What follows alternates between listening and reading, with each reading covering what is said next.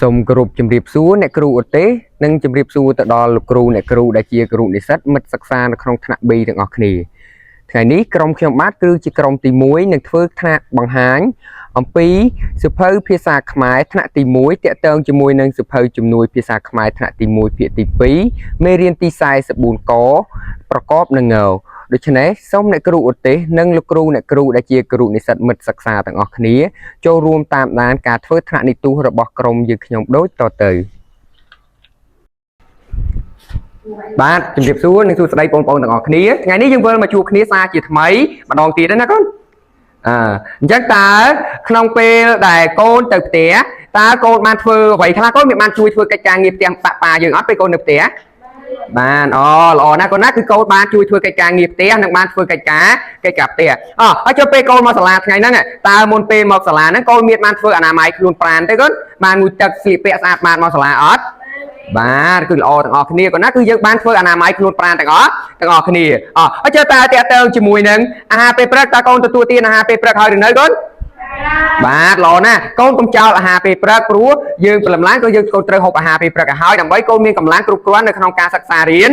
សូត្របាទអញ្ចឹងថ្ងៃនេះគឺយើងនឹងវិលមកសិក្សាជាមួយគ្នាម្ដងទៀតអញ្ចឹងមុននឹងឈានទៅដល់ការសិក្សាលោកគ្រូមានសំណួរសួរកូនតើកូនបានរៀបចំសម្ភារៈសិក្សាគ្រប់គ្រាន់ហើយឬនៅកូនបានរៀបចំហើយឬនៅមានហើយអញ្ចឹងសម្ភារៈសិក្សារបស់យើងមានអ្វីខ្លះកូនឥឡូវលោកគ្រូចង់ប្រាប់កូនសម្ភារៈសិក្សាដែលយើងមានជាចាំបាច់ជារៀងរាល់ថ្ងៃដែលមានជាចាំបាច់កូនណាទី1គឺសៀវភៅគោលភាសាខ្មែរថ្នាក់ទី1មួយទៀតអីកូនគឺជាសៀវភៅជំនួយភាសាខ្មែរថ្នាក់ទី1ភាគទី2ហើយអ្វីដែលជាកត្តាចូលរួមមានដូចជាសៀវភៅសរសេរខ្មៅដៃបន្ទាត់ប៊ិចជ័រលុកកូនបានលើកវាដាក់លើតុអស់ហើយឬនៅកូនសម្ភារៈសិក្សារបស់កូនបាទល្អណាស់កូនលើកដាក់លើតុទាំងអស់គ្នាអញ្ចឹងតើការពីម្សិលមិញពេលដែលយើងបានសិក្សាជាមួយគ្នាលោកគ្រូមានបានដាក់កិច្ចការផ្ទះឲ្យកូនទេមានទេកូនមាននៅចាំទេបាទគឺលោកគ្រូបានដាក់កិច្ចការផ្ទះឲ្យកូនយកទៅធ្វើគឺឡើងទៅកត់ល្បះឡើងវិញកត់ល្បះឡើងវិញបូករួមជាមួយនឹងការរៀនអានល្បះដើម្បីឲ្យមានការស្ទាត់មាត់តើកូនបានកត់ហើយឬនៅកូនបើសិនជាហើយតើឥឡូវយើងនាំគ្នាផ្ទៀងផ្ទាត់កិច្ចការផ្ទះជាមួយលោកគ្រូទាំងអស់គ្នាបាទនេះគឺជាកិច្ចការផ្ទះរបស់យើងបើសិនជាកូនប្រកាសជាបានទៅកត់កិច្ចការផ្ទះនៅឯផ្ទះឡើងវិញម្ដងទៀតហើយកូនបានរៀនអានប្រកាសជាកូននឹងអាចអានល្បះនេះឡើងវិញបានមែនអត់កូនតោះឥឡូវកូនអានទាំងអស់គ្នាតើល្បះកិច្ចការផ្ទះដែលលោកគ្រូដាក់ឲ្យកូនរៀនអាននៅឯផ្ទះនឹងកត់ឡើងវិញតើកូនចេះអានពិតប្រកបដែរឬទេតើឥឡូវកូនសាអានត1 2 3ពោពាក់មួទៅជីទៅពួរបាទល្អណាស់កូនសូមម្ដងទៀតកូនណាពោពាក់មួទៅជីទៅពួរបាទកូនចេះអានទាំងអស់គ្នាមែនប៉ុន្តែកូនចេះអានហើយលោកគ្រូមិនទាន់ដឹងទេថាតើកូនបានកត់មែនឬអត់ឬក៏កូនកត់ខុសឬក៏ត្រូវឥឡូវកូនបើកសៀវភៅមើលកូនផ្ទៀងផ្ទាត់ជាមួយលោកគ្រូតើត្រឹមត្រូវទេកូនត្រឹមត្រូវទេបាទគឺត្រឹមត្រូវទាំងអស់គ្នាហើយគឺល្អណាស់តោះឥឡូវយើងសារទូទីទៅមើលថាតើជំហានបន្តទៀតបន្ទាប់ពីការកំណែកិច្ចការផ្ទះរបស់យើងហើយតើលោកគ្រូមានអ្វីយកមកបង្ហាញគ្នាយើងតោះឥឡូវយើងចាំមើលទាំងអស់គ្នាកូនណាកូនចាំមើលនេះគឺជាអ្វីគេកូនអាចទាញបានទេកូនមើលពីក្រោយវាកូនមាននៅចាំទេយើងធ្លាប់សិក្សាដែរហើយកូនមានចាំទេនេះគឺជាអ្វីកូនជាអីបាទគឺជាបានពាក្យអញ្ចឹងលោកគ្រូនឹងធ្វើការសួរពាក្យអំពីមេរៀនចាស់ដែលយើងបានសិក្សាកាលពីម្សិលមិញទៅកាន់កូនទាំងអស់គ្នាតើកូនមាននៅចាំពាក្យដែរឬទេតោះឥឡូវយើងសាកទៅមើលតើពាក្យទី1ជាពាក្យអ្វីកូនណាកូនមើលត1 2 3ពាក្យអីកូនពាក្យអីឥឡូវកូនមើលច្បាស់មើលពាក្យអីកូនជាក់លាក់មែនអត់បាទគឺពាក្យជាក់លាក់អញ្ចឹងពាក្យទី1គឺពាក្យអីគេមិនគ្រូផ្លេចបាត់ហើយកូនពាក្យអីមិញកូនបាទគឺពាក្យជាក់លាក់យើងរៀនត្រូវចាំជាប់ចំណុចកូនណាតើឥឡូវកូនចាំមើលតើពាក្យទី2ជាពាក្យអ្វីកូនមើលត1 2 3ពាក្យអីកូនមើលបាទល្អណាស់កូនគឺពាក្យវីវអញ្ចឹងពាក្យទី2ដែលយើងបានសិក្សាគឺពាក្យអីកូនថាម្ដងទៀតមើលថាទាំងអស់គ្នាមើលពាក្យអីកូនពាក្យអីបាទគឺពាក្យវីវតែមិនទាន់អស់ទេកូនយើងនៅពាក្យបន្តទៀតកូនមើលតើជាពាក្យអ្វីពាក្យអីកូនកូនថាទាំងអស់គ្នាម្ដងទៀតលឿនកូនតើបាទអរគុណពិតជាពូកែមែនគ្នាយើងពិតជាបានអានទាំងអស់គ្នាមានអ្នកណាក៏អត់បានអានទេមិញយើងមានបានសង្កេតមើលអត់មានទេណាគឺយើងបានអានទាំងអស់គ្នាឥឡូវកូនចាំថាទៀតតើពាក្យបន្តទៀតជាពាក្យអ្វីកូនមើលពាក្យអីកូនបាទល្អមែនគឺពាក្យមែឈើកូនស្គាល់មែឈើទេស្គាល់មែឈើលោកគ្រូបាននាំកូនសម្អាតនៅបរិវេណសាលាយើងកាលពីថ្ងៃមុនមែនទេកូនតោះឥឡូវពាក្យចុងក្រោយពាក្យអ្វីកូនពាក្យចុងក្រោយគេបាទពាក្យដំអកតើកូនមានដឹងទេពាក្យដំអកនឹងមានន័យថាម៉េចយើងធ្លាប់សិក្សានោះមានន័យថាម៉េចកូនពាក្យដំអកនេះន័យថាការបង្អង់យូមែនទេកូនបាទពូកែមែនពាក្យដំអកតោះឥឡូវយើងនាំគ្នាអាន ពាក្យទាំង5នេះឡើងវិញតឥឡូវលោកគ្រូជាអ្នកចង្អុលកូនជាអ្នកអានកូនណាត1 2 3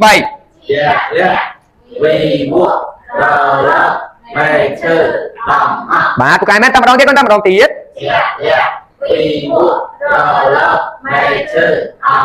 បាទអរគុណគឺពាក្យទាំង5នេះពិតជាកូនចេះបានទាំងអស់មែននេះយកពូកែម្លេះពូកែមែនអត់ពូកែមែនអត់គ្នាយើង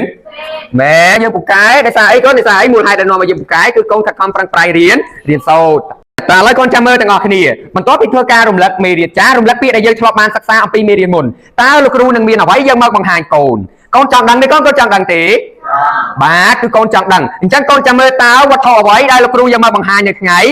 នេះឥឡូវកូនមើលតើនេះគឺជាវត្ថុអ្វីកូនវត្ថុអ្វីកងបាទកងដៃអញ្ចឹងនេះគឺជាកងអញ្ចឹងកូនចាំស្ដាប់លោកគ្រូនឹងធ្វើការបន្លឺសូកងឲ្យកូនស្ដាប់កូនណាកងម្ដងទៀតណាកូនកូនស្ដាប់បានតាន់ដែរឬទេកូនតាន់ទេយើងថាទាំងអស់គ្នាកូនណា1 2 3កងម្ដងទៀតកូនកងបាទល្អណាស់ឥឡូវតើកូនអាចថាដល់ខ្លួនឯងបានដែរឬទេកូនអាចបន្លឺសូបានដល់ខ្លួនឯងបានដែរឬទេកូនបានទេបាទតោះ1 2 3បាទម្ដងទៀតកូនបាទអរគុណពិតជាពូកែមែនបាទឥឡូវយើងបានធ្វើការបន្លឺសូទៅលើសូពាក្យកងរួចហើយពេលនេះលោកគ្រូនឹងធ្វើការប្រកបពាក្យកងដោយប្រើដៃឲ្យកូនទាំងអស់គ្នាបានមើលឥឡូវកូនចាំមើលលោកគ្រូធ្វើឲ្យមើលកូនណាកនឹងងកងម្ដងទៀតកូនកនឹងងកងតើកូនចាប់បានដែរឬទេកូនតាន់ទេកូនតាន់តោះឥឡូវយើងសាកនាំគ្នាធ្វើការប្រកបពាក្យដោយប្រើដៃទៅលើពាក្យសាងទាំងអស់គ្នាតោះ1 2 3សានឹងងសាងម្ដងទៀតកូនសានឹងងសាងបាទអរគុណពិតជាពូកែមែនតោះឥឡូវតើកូនអាចធ្វើការប្រកបពាក្យដោយប្រើដៃទៅលើពាក្យចែងបានដោយខ្លួនឯងបានដែរឬទេកូនបានទេបាទតោះឥឡូវកូនធ្វើដោយខ្លួនឯងកូនណា1 2 3ម្ដងទៀតកូនបាទអរគុណតោះឥឡូវកូននាំគ្នាប្រកបពាក្យដោយប្រើដៃទៅលើពាក្យឆឹងម្ដងក៏តើពាក្យឆឹងតោះ1 2 3ម្ដងទៀតកូនពូកែមែនបាទតោះឥឡូវសុំមួយពាក្យចុងក្រោយកូនណាគឺពាក្យសាងម្ដងទៀតកូនតោះ1 2 3បាទម្ដងទៀតកូនបាទអរគុណពិតជាពូកែមែនតាក់ដៃឲ្យខ្លួនឯងអស្ចារ្យមួយតោះឥឡូវបងប្អូនអំបញ្ញមិញគឺបងប្អូនបានសិក្សាអំពីសូអក្សរថ្មីរួចមកហើយតោះអ្នកគ្រូនឹងមានអ្វីចង់បង្ហាញបងប្អូនតោះបងប្អូនតាមដានជាមួយអ្នកគ្រូថាអ្នកគ្រូនឹងមានអ្វីចង់បង្ហាញបងប្អូនតោះតាមដានទាំងអស់គ្នា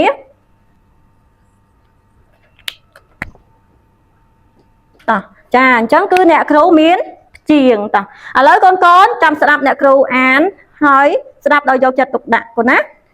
អ្នកគ្រូអានជាងនេះឲ្យកូនស្ដាប់តោះអ្នកគ្រូអានហើយបងប្អូនស្ដាប់កនឹងងកងតោះស្ដាប់អ្នកគ្រូម្ដងទៀតកនឹងងកងស្ដាប់បានច្បាស់អត់កូនបានច្បាស់ហ៎តោះបើច្បាស់កូនអាចអានជាមួយអ្នកគ្រូតោះអានរួមគ្នាជាមួយអ្នកគ្រូនៅជាងនេះតោះកនឹងងកងសូមអានម្ដងទៀតកនឹងងកងចាតោះឥឡូវកូនអាចអានដោយខ្លួនឯងបានអត់កូនបានតោះកូនអ្នកអានអ្នកគ្រូអ្នកចង់អល់ឲ្យកូនអានតោះចាសូមអានម្ដងទៀតចាល្អកូនតោះឥឡូវអ្នកគ្រូចង់បង្ហាញកូនតោះជាមួយទៀតចាអ្នកគ្រូមានព្យាមួយទៀតកូនមើលហើយចាំស្ដាប់អ្នកគ្រូអានព្យានឹងទាំងអស់គ្នាស្ដាប់ដោយយកចិត្តទុកដាក់តោះបអែបែនឹងងបែងតោះស្ដាប់ម្ដងទៀតបអែបែនឹងងបែងតោះស្ដាប់បានទេកូនបានតោះឥឡូវកូនចូលរួមអានជាងជាមួយអ្នកគ្រូតោះចាប់ដើមបអែបែនឹងងបែងចាម្ដងទៀតកូនបអែបែនឹងងបែងចាអរគុណកូនឥឡូវកូនសាក់លបងអានដោយខ្លួនឯងអ្នកគ្រូជាអ្នកចង់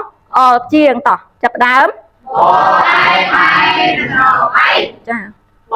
អែបែនឹងងបែងចាត្រឹមត្រូវកូនអានបានល្អមែនឆ្លាតមែនកូនតោះឥឡូវកូនមើលជាងទាំងពីរនេះណាតើជាងទាំងពីរនេះមានអក្សរអ្វីនៅខាងចុងកូនអក្សรงកូនណាចាគឺជាងនេះក៏មានអក្សรงហើយជាងនេះក៏មានអក្សรงតោះឥឡូវកូនសាកគិតបន្តិចមើលថាថ្ងៃនេះអ្នកគ្រូនឹងបង្រៀនមេរៀនប្រកបនឹងអ្វីដែរកូន អូប្រកបនឹងងកូនចាអញ្ចឹងថ្ងៃនេះគឺអ្នកគ្រូបង្រៀនមេរៀនប្រកបនឹងងចាអ្នកគ្រូបានបិទទៅលើចំណងជើងមេរៀនយើងរួចហើយណាគឺប្រកបនឹងងតោះឥឡូវកូនកូនចាំស្ដាប់អ្នកគ្រូអានចំណងជើងមេរៀនឲ្យកូនកូនស្ដាប់ដោយយកចិត្តទុកដាក់ណាបន្តិចទៀតអ្នកគ្រូនឹងឲ្យកូនកូនអានដោយខ្លួនឯងបានទេកូនចាតោះមុខវិជ្ជាភាសាខ្មែរមេរៀនទី44កប្រកបនឹងងតោះអ្នកគ្រូអានម្ដងទៀតភាសាខ្មែរមេរៀនទី44កប្រកបនឹងងតោះកូនកូនចូលរួមអានចំណងជើងជាមួយអ្នកគ្រូតោះទាំងអស់គ្នាចាប់ផ្ដើមភាសាខ្មែរមេរៀនទី44កប្រកបនឹងងកូនកូនអានដោយខ្លួនឯងសាកឡូវមើលកូនតោះភាសាខ្មែរមេរៀនទី44កប្រកបនឹងងចាអរគុណកូនផ្ទះដៃអស្ចារ្យខ្លួនឯងមួយកូន1 2 3អស្ចារ្យចាបន្ទាប់ពីកូនកូនទាំងអស់គ្នាដឹងអំពីចំណងជើងមេរៀនដែលយើងត្រូវសិក្សានៅថ្ងៃនេះហើយអ្នកគ្រូនឹងនាំអារម្មណ៍របស់កូនកូនទាំងអស់គ្នាចូលទៅចំណុចបន្ទាប់ណាកូនណាអញ្ចឹងកូនខាងក្រោយកូនលើអ្នកគ្រូនិយាយបានច្បាស់ណាកូនចាអញ្ចឹងបន្ទាប់ពីកូនបានលើអ្នកគ្រូនិយាយច្បាស់ហើយកូនសម្លឹងមកក្តារខៀនទាំងអស់គ្នាចាកូនមើលជាងដែលអ្នកគ្រូកំពុងតែសរសេរនៅលើក្តារខៀនកូនណាចាតោះស្ដាប់កូនទាំងអស់គ្នាអ្នកគ្រូនឹងអានឲ្យកូនស្ដាប់ចនឹងងចំម្ដងទៀតចនឹងងចំចនឹងងចំចាលើកគ្នាណាកូនចាអញ្ចឹងអ្នកគ្រូនឹងនាំកូនទៅចូល10ជាងមួយទៀតកូនណាមើលអ្នកគ្រូមានអក្សរទៀតនេះចាសសតោះអញ្ចឹងជាងបន្ទាប់កូនចូលរួមអានជាមួយនឹងអ្នកគ្រូទាំងអស់គ្នាតោះកូនតោះសនឹងងសំម្ដងទៀតកូនសនឹងងសំចាសូមម្ដងទៀតឲ្យកាន់តែច្បាស់សនឹងងសំចាអញ្ចឹងចូលដល់ជាងបន្ទាប់តោះជាងបន្ទាប់កូនត្រូវតែធ្វើការអានដោយខ្លួនឯងតោះអ្នកគ្រូរាប់អានទៅណា1 2 3ម្ដងទៀតចាល្អតោះចូលដល់ជាងបន្ទាប់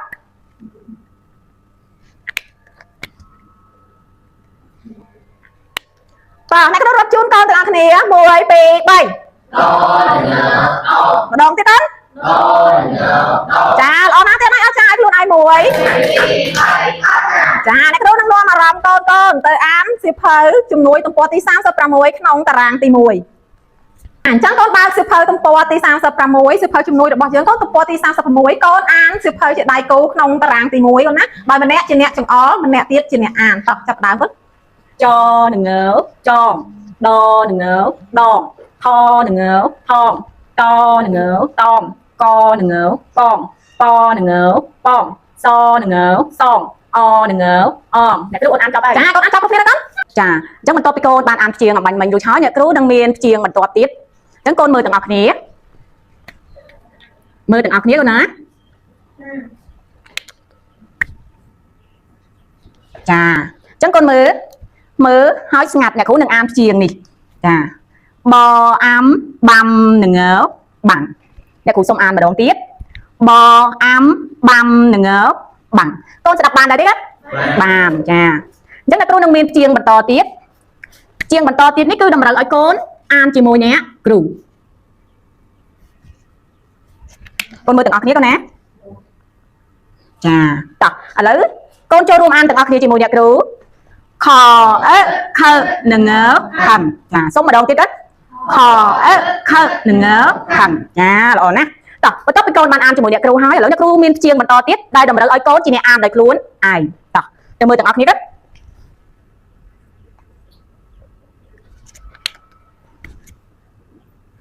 ចាតោះអញ្ចឹងព្យាង្គនេះតម្រូវឲ្យកូនជាអ្នកអានដោយខ្លួនឯងកូនត្រៀមហើយទេ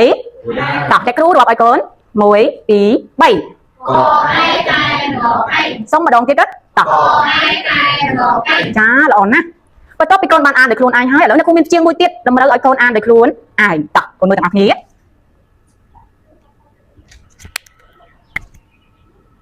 ចាតោះកូនអានដោយខ្លួនឯងម្ដងទៀតកូនណាតោះត្រៀមនៅទៅតោះចាប់ដើម xong mà đón tiếp đó tỏ chấp đam chá lộn nè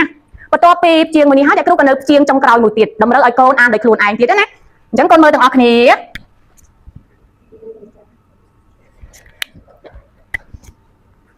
chà tỏ lấy con ăn từng ọc nè tiêm chấp đam mà đón tiếp đó chá lộn nè con ăn bàn lộn nè cha đây cha chung luôn anh mùi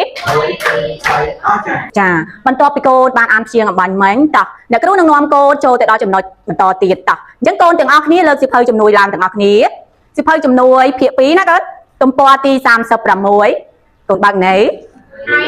hai con thừa lấy từ mưa tà ráng ti pì con khơi tà ráng ti pì á đất thường chà chẳng để cứ có ban bật ráng ti pì là lứa ra khiến đi đây con á là bay ao con là đại con đặt miên dập hơi chùm núi á con á cái con ai mưa để lứa ra khiến đi bàn chà chắc con mưa từng ọc nè khơi hai nữa hết thời nhào chẳng nhà cứ đầm rơi ai con an chiềng nước non tà ráng tí pì còn ta môn đừng con án con mơ nhà cứ sần con nè nhà cứ đừng án ai con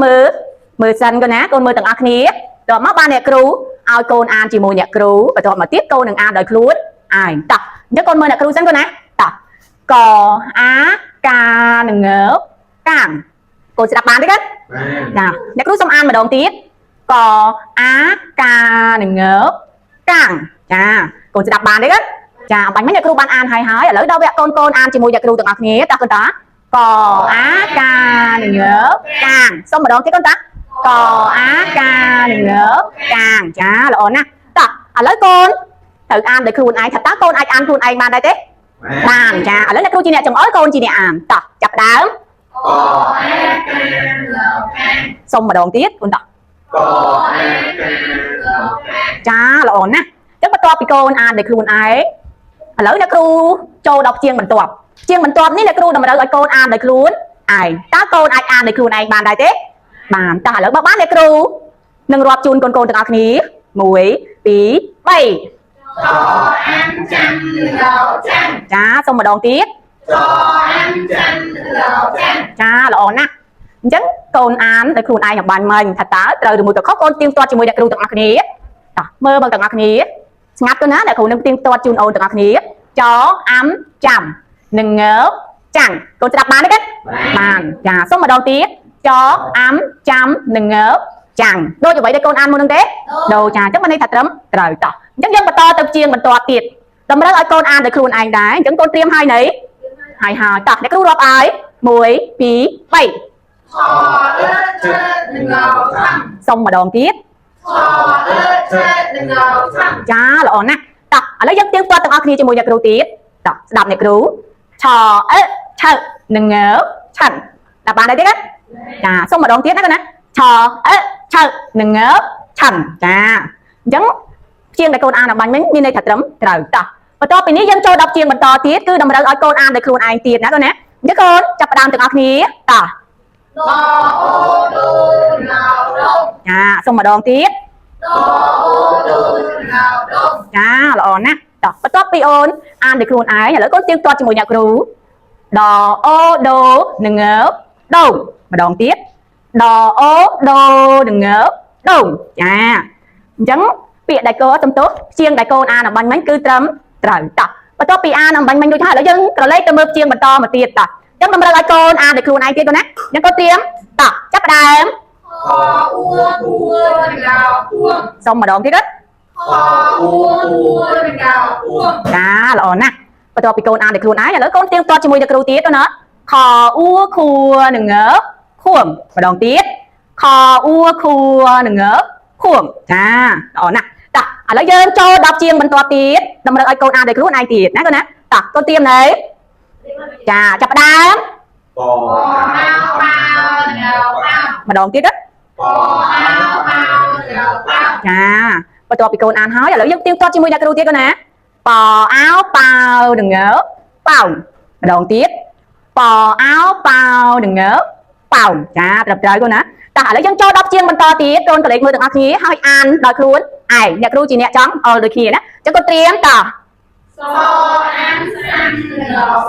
mà đòn tiếp đó ám xăm ngờ xăm ចាល្អណាស់បន្ទាប់ពីកូនអានហើយយើងទៀងទាត់ជាមួយអ្នកគ្រូតទៀតទៅណាសអាំសាំនឹងងើសាំងអ្នកគ្រូសុំម្ដងទៀតសអាំសាំនឹងងើសាំងចាត្រឹមត្រូវកូនណាតោះឥឡូវយើងនៅជាងចុងក្រោយកូនឃើញទេជាងចុងក្រោយតោះតម្រូវឲ្យកូនអានដោយខ្លួនឯងទៀតចាអញ្ចឹងជាងនេះគឺជាជាងចុងក្រោយចុងបញ្ចប់ហើយតោះកូនចាប់ផ្ដើមអានទាំងអស់គ្នាក៏តោះចាប់ផ្ដើម lo a la ngờ la សុំម្ដងទៀតណា lo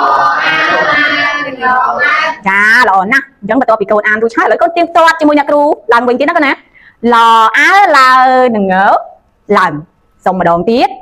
ឡអើឡើនឹងងើឡើងចាអញ្ចឹងពិតជាត្រឹមត្រូវចាដៃអាចារ្យមួយទៅណាចាដើម្បីមិនបងប្អូនបានស្គាល់ជាមួយនឹងព្យាហើយមែនទេតោះឥឡូវនេះអ្នកគ្រូនឹងបន្តនាំបងប្អូនទៅស្គាល់ជាមួយនឹងពាក្យតែឃើញអ្វីនៅក្នុងដៃអ្នកគ្រូទេកូននេះហៅថាអ្វីកូនចាឥឡូវកូនមករាប់ជាមួយអ្នកគ្រូថាតើអ្នកគ្រូនឹងមានពាក្យប៉ុន្មានសម្រាប់បងប្អូនថ្ងៃនេះតោះចាថ្ងៃនេះអ្នកគ្រូនឹងមានពាក្យ3សម្រាប់មកបង្ហាញបងប្អូនទាំងអស់គ្នាចាតោះឥឡូវយើងចាប់ផ្ដើមទាំងអស់គ្នាពាក្យទី1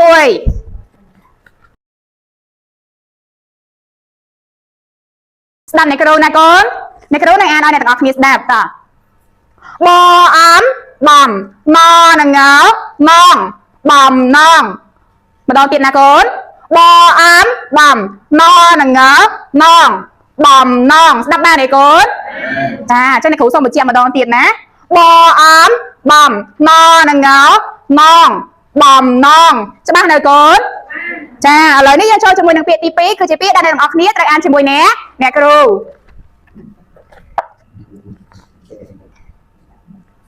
តើអ្នកគ្រូនឹងរាប់ឲ្យយើងនឹងអានទាំងអស់គ្នាណាកូនណាតើ1 2 3បអំដំមអឺនើនឹងងនឹងដំនឹងសុំម្ដងទៀតណាកូនបអំដំមអឺនើនឹងងនឹងដំនឹងចាសុំម្ដងទៀតណាកូនណាដើម្បីឲ្យបានកាន់តែច្បាស់ចាតោះ1 2 3បអំដំមអឺនើនឹងងនឹងដំនឹងចាអរគុណច្រើនណាឥឡូវអ្នកគ្រូនឹងមានពាក្យចុងក្រោយគឺជាពាក្យដែលអ្នកទាំងអស់គ្នាត្រូវរៀនអានដោយខ្លួនឯងណាកូនណាអ្នកគ្រូនឹងបិទជូន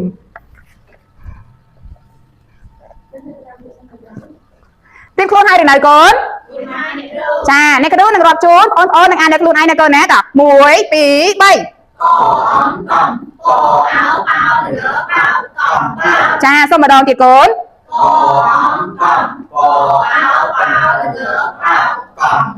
ចាអរគុណពិតជាត្រឹមត្រូវឥឡូវនេះសូមបងប្អូនអានពាក្យទាំង3នេះឡើងវិញដោយខ្លួនឯងបានទេកូនចាអ្នកគ្រូនឹងរាប់ឲ្យ1 2 3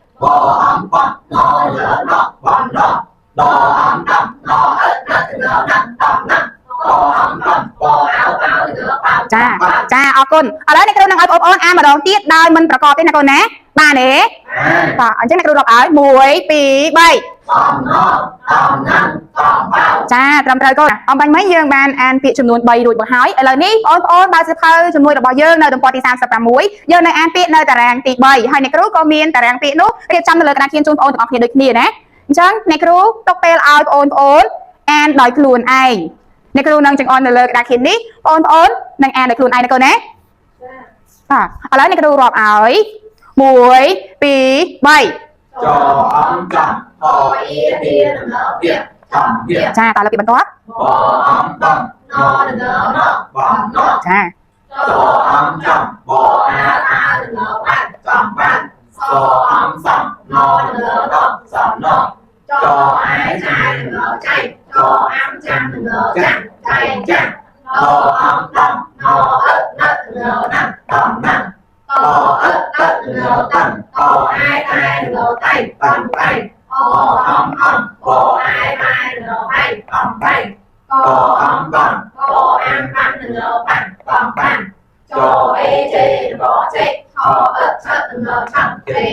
ចាអរគុណត្រឹមត្រូវណាបងប្អូនឥឡូវអ្នកគ្រូចង់ឲ្យបងប្អូនអាននៅតាមតុជាដៃគូណាក្នុងមួយតុ2នាក់សៀវភៅពុំមួយក្បាលបានទេកូន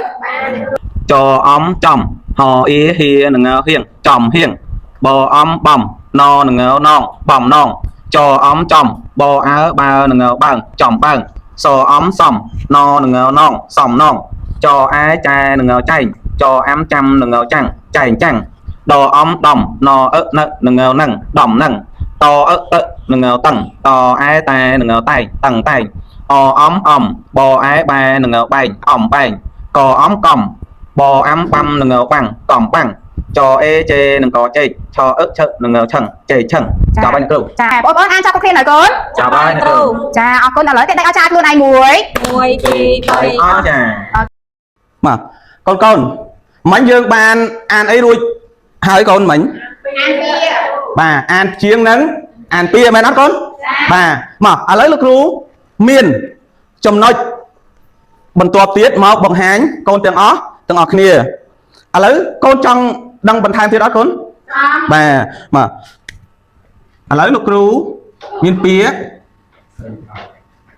ឆឹងបាទឥឡូវកូនចាំស្ដាប់លោកគ្រូអានទាំងអស់គ្នាកូនណាមកឆឹងសុំម្ដងទៀតឆឹងស្ដាប់បានទាំងអស់គ្នាអត់កូនបាទឥឡូវលោកគ្រូនឹងបង្ហាញកូនអំពីពាក្យឆឹងតើឆឹងមានន័យដូចម្ដេចកូនមានកូនណាដឹងអត់កូនបាទអញ្ចឹងលោកគ្រូនឹងបង្ហាញពីន័យពាក្យឆឹងឲ្យកូនទាំងអស់គ្នាស្ដាប់ចាំស្ដាប់ទាំងអស់គ្នាលើណាកូនបាទពាក្យឆឹងមានន័យថាការរងាស់ជាមួយទឹកស្ងោសំទោសការរងាស់ជាមួយទឹកស្ករឲ្យស្ងួតម្ដងទៀតកូនឆឹងមានន័យថាការរងាស់ជាមួយទឹកស្ករឲ្យស្ងួតចឹងស្ដាប់បានន័យអត់កូនបាទស្ដាប់បានអញ្ចឹងលោកគ្រូសូមអានពាក្យនេះម្ដងទៀតកូនណាឆឹងបាទឥឡូវលោកគ្រូនឹងបង្កើតល្បះដោយប្រើពាក្យឆឹងកូនចង់ដឹងអត់កូនបាទឥឡូវកូនចាំតាមដានជាមួយលោកគ្រូទាំងអស់គ្នា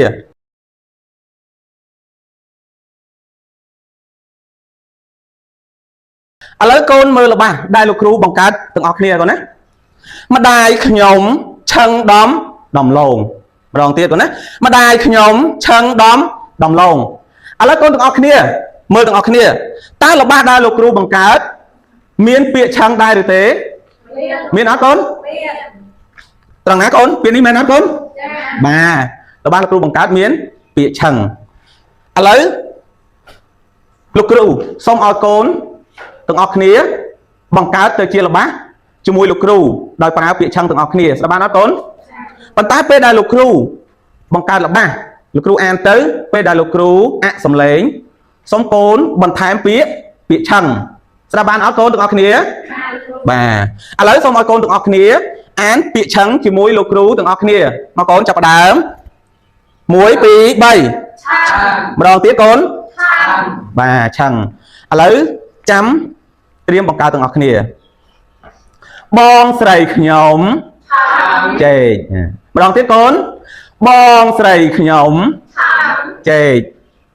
អញ្ចឹងចាំមើលតើល្បះលោកគ្រូនិងកូនទាំងអស់គ្នាបង្កើតមានពាក្យឆឹងនៅក្នុងនឹងអត់បងស្រីខ្ញុំមិនយកបង្កើតទាំងអស់គ្នាមិញបងស្រីខ្ញុំឆឹងចេកបែបហ្នឹងមែនកូនយកឃើញមានពាក្យឆឹងអត់កូនចុះពាក្យឆឹងមិញអ្នកណាអ្នកដាក់បន្ថែមកូនអូនអ្នកដាក់មែនអត់កូនបាទគឺអូនទាំងអស់គ្នាអ្នកដាក់ពាក្យឆឹងឥឡូវដល់វេនដែលលោកគ្រូឲ្យកូនទាំងអស់គ្នាបង្កើតល្បះដែរតែបង្កើតដោយខ្លួនឯងដោយប្រើពាក្យឆឹងស្ដាប់បានអត់កូនឥឡូវលោកគ្រូទុកឱកាសឲ្យកូន1នាទីដើម្បីបង្កើតល្បះដោយប្រើពាក្យឆឹងអញ្ចឹងចាប់ផ្ដើមបានទាំងអស់គ្នាកូន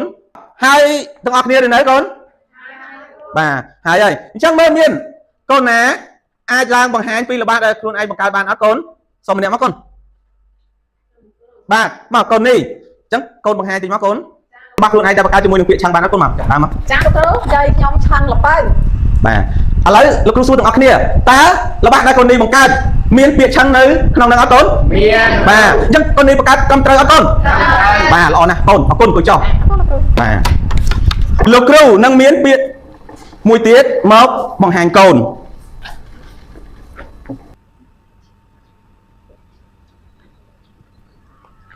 បាទអានថាបំណង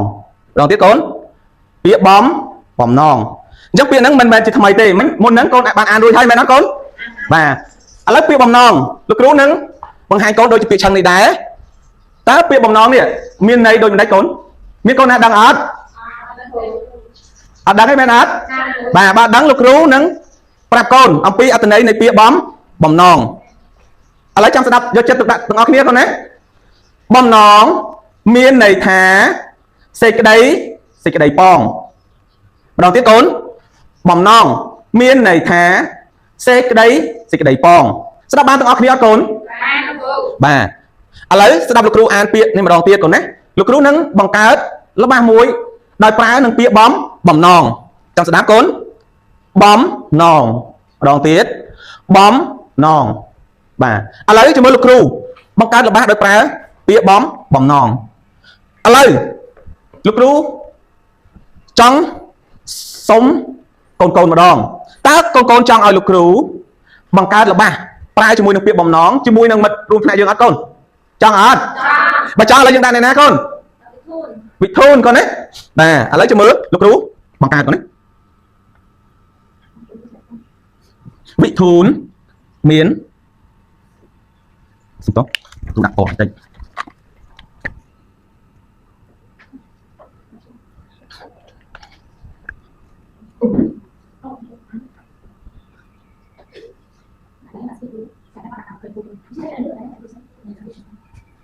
ឥឡូវមើលល្បិចដែលលោកគ្រូបង្កើតទាំងអស់គ្នាកូនវិធូនមានបំណងចង់ធ្វើជាគ្រូពេទ្យម្ដងទៀតកូនវិធូនមានបំណងចង់ធ្វើជាគ្រូពេទ្យឥឡូវកូនទាំងអស់គ្នាមើលតើល្បិចដែលលោកគ្រូបង្កើតនេះមានពាក្យបំណងនៅក្នុងហ្នឹងអត់កូនបាទពាក្យមួយណាកូនមើលបាទគឺពណ៌ក្រហមបាទអញ្ចឹងលោកគ្រូនឹងឲ្យកូនទាំងអស់គ្នាបង្កើតល្បះជាមួយនឹងលោកគ្រូដោយប្រើពាក្យបំណងដូចទៅនឹងពាក្យឆាំងអមាញ់មិញដែរកូនណាអញ្ចឹងសូមឲ្យកូនទាំងអស់គ្នាអានពាក្យបំណងជាមួយលោកគ្រូទាំងអស់គ្នាអញ្ចឹងចាប់តាមទាំងអស់គ្នាកូនណាមកលោកបានដែរ1 2 3បំណងដល់ទេកូនបំណងបាទមកឥឡូវលោកគ្រូចាប់ផ្ដើមបង្កើតកូនបន្ថែមពាក្យគេកូនមិញបំណងបាទឥឡូវពេលដែលលោកគ្រូកូនបន្ថែមពាក្យបំណងចូលកូនណាមកចាប់ផ្ដើមសូនីតាមានបំណងចង់ធ្វើគ្រូបង្រៀនម្ដងទៀតកូនសូនីតាមានបំណងចង់ធ្វើគ្រូបង្រៀនអញ្ចឹងរបស់ដែលលោកគ្រូនិងកូនទាំងអស់គ្នាបង្កើតមិញមានពាក្យបំណងអត់កូនមានបាទឥឡូវជាមួយលោកគ្រូសរសេរមើលតើមានអត់កូនណា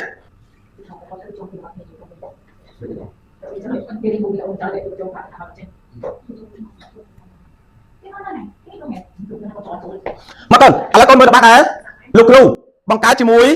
នឹងកូនទាំងអស់គ្នាបាញ់មិញតើមានពាក្យបំណងនៅក្នុងនេះឬអត់មកសូនីតាមានបំណងចង់ធ្វើជាគ្រូបង្រៀនឥឡូវកូនទាំងអស់គ្នាមើលតើមានពាក្យបំណងនៅក្នុងហ្នឹងអត់កូនមើលត្រង់ណាកូនបាទគឺត្រង់ពណ៌ខៀវបាទមកឥឡូវលោកគ្រូនឹងទុកឱកាសឲ្យកូនបង្កើតរបស់ដល់ខ្លួនឯងដោយប្រើនឹងពាក្យជាមួយនឹងពាក្យបំណងអញ្ចឹងលោកគ្រូនឹងទុកឲ្យកូនទុកពេលឲ្យកូន1នាទីដើម្បីបង្កើតរបស់កូនណាអញ្ចឹងចាប់ផ្ដើមទាំងអស់គ្នាកូនហើយលោកគ្រូមកឥឡូវឲ្យទាំងអស់គ្នាណាកូនបាទឥឡូវបងហើយអញ្ចឹងមើលមានកូនណា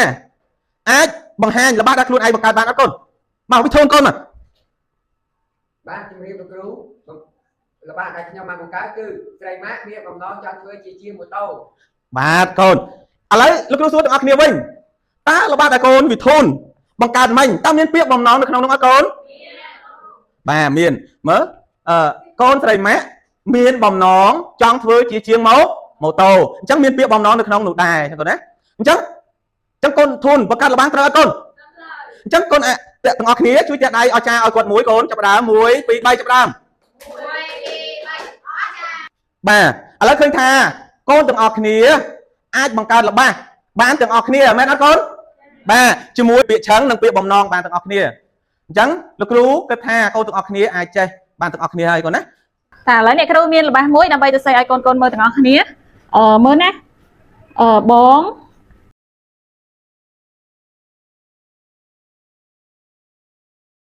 តោះឥឡូវកូនឃើញរបស់នៅលើក្តារខៀនច្បាស់អត់បាទមាននឹងមានប៉ុន្មានពាក្យដែរ មានពាក្យអីខ្លះមើលកូនណាអាចឡើងឆ្លើយបាន ខ្ញុំអ្នកគ្រូ តោះមានពាក្យអីកូន មានពាក្យបងសួងឡើងហើយនឹងពាក្យបេះពាក្យដូងអ្នកគ្រូ ចាអរគុណក៏ចុះអញ្ចឹងមានប្រហែលពាក្យមិញ មាន4អ្នកគ្រូ មាន4ពាក្យណាមានពាក្យបងសួងឡើងបេះដូងច្រឡំឥឡូវអ្នកគ្រូប្រើសញ្ញាដើម្បីញែកពាក្យអញ្ចឹងបងសួងឡើងបេះដូងអញ្ចឹងទាំងអស់មាន4ពាក្យអញ្ចឹងអ្នកគ្រូអានឲ្យកូនស្ដាប់មុនបន្ទាប់មកកូនអានជាមួយអ្នកគ្រូហើយចុងក្រោយកូនអានខ្លួនឯងតោះបងសួងឡើងបេះដូងចាស្ដាប់អ្នកគ្រូម្ដងទៀតបងសួងឡើងបេះដូងតោះឥឡូវកូនអានជាមួយអ្នកគ្រូតោះបងសួងឡើងបេះដូងសុំម្ដងទៀតបងសួងឡើងបេះដូងតោះឥឡូវអ្នកគ្រូសុំឲ្យកូនអានដោយខ្លួនឯងតើអ្នកគ្រូរាប់ឲ្យ1 2 3បងសួងឡើងបេះដូង ចាសុំម្ដងទៀត បងសួងឡើងបេះដូង គ្រូឲ្យកូនអានជាដៃគូនៅក្នុងតើឥឡូវយើងបើកសៀវភៅតិចមកយើងអានជាដៃគូម្នាក់ចង្អុលម្នាក់ទៀតអាន បាទគ្រូ អំបញ្ញមិញកូនបានរៀនអំពីការអានរបស់រួចហើយត្រូវអត់កូន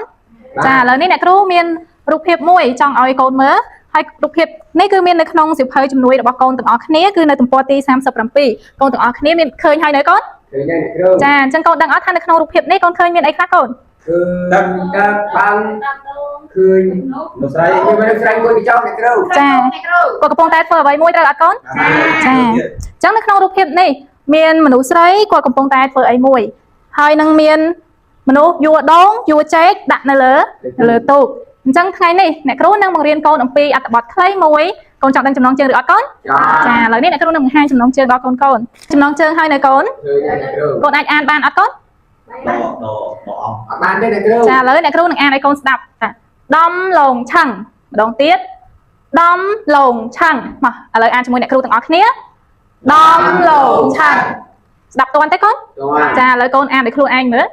ដំឡងឆាំ ចាល្អណាស់កូនឥឡូវយើងនឹងទៅមើលអត្ថបទខ្លីទាំងអស់គ្នាកូនទាំងអស់គ្នាឃើញអត្ថបទខ្លីរបស់យើងទាំងអស់គ្នាទេកូន ឃើញអ្នកគ្រូ ចាឥឡូវនេះអ្នកគ្រូនឹងអានឲ្យកូនស្ដាប់សូមកូនទាំងអស់គ្នាស្ងៀមស្ងាត់ហើយស្ដាប់អ្នកគ្រូអានទាំងអស់គ្នា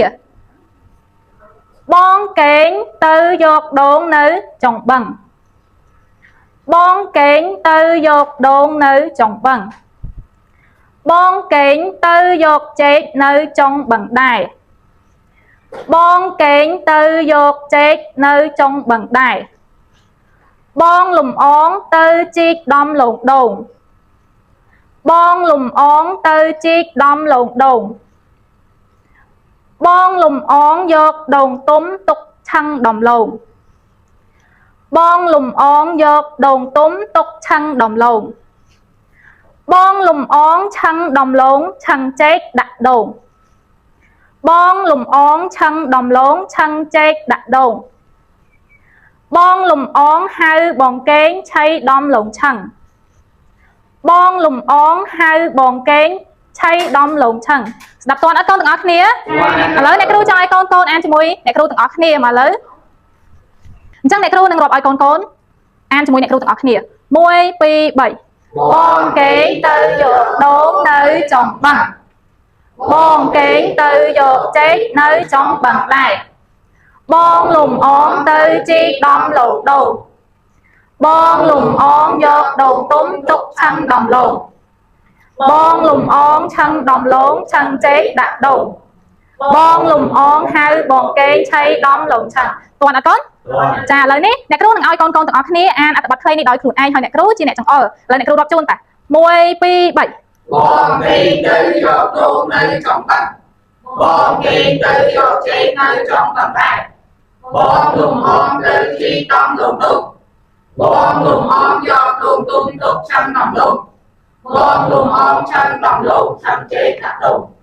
បងលំអងហៅបងកេងឆៃដំឡូងឆឹង ចាល្អណាស់កូនឥឡូវតែអត់ចាយខ្លួនឯងមួយមកកូន 1 2 3អរចា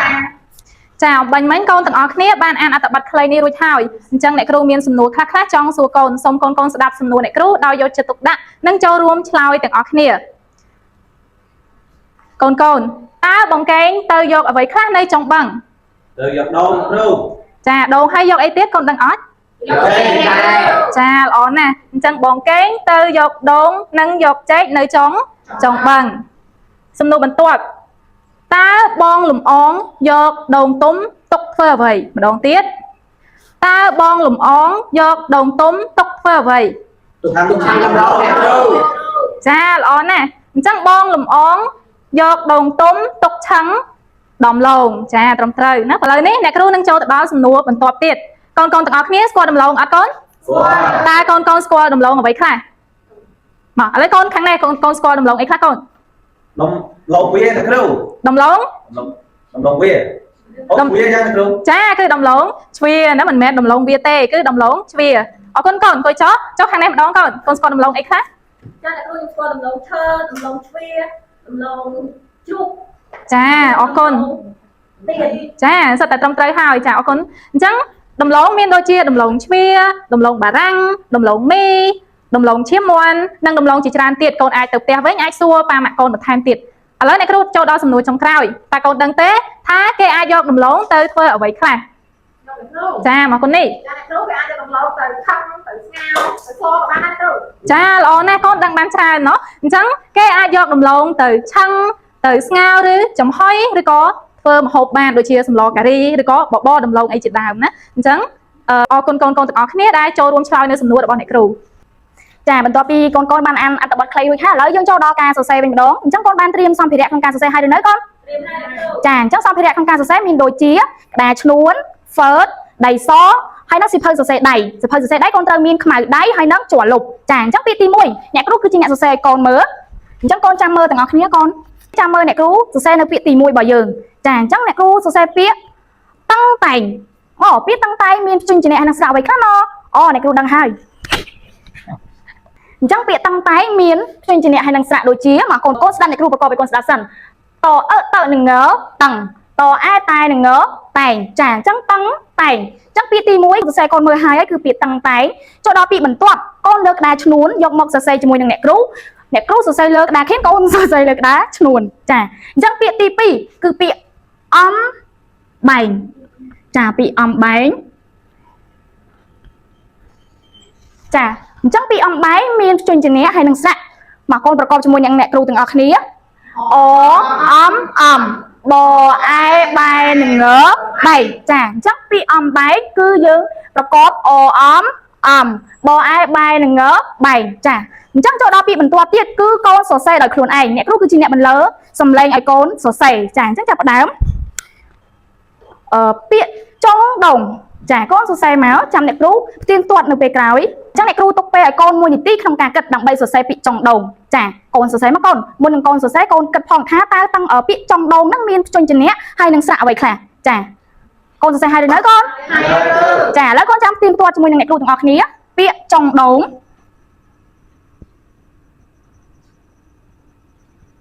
ចាកូនត្រូវអត់កូនផ្ទៀងទាត់មើលត្រូវអត់ចាអញ្ចឹងចុងដងមានព្យញ្ជនៈហើយនឹងស្រៈមកប្រកបជាមួយនឹងអ្នកគ្រូទាំងអស់គ្នាមកច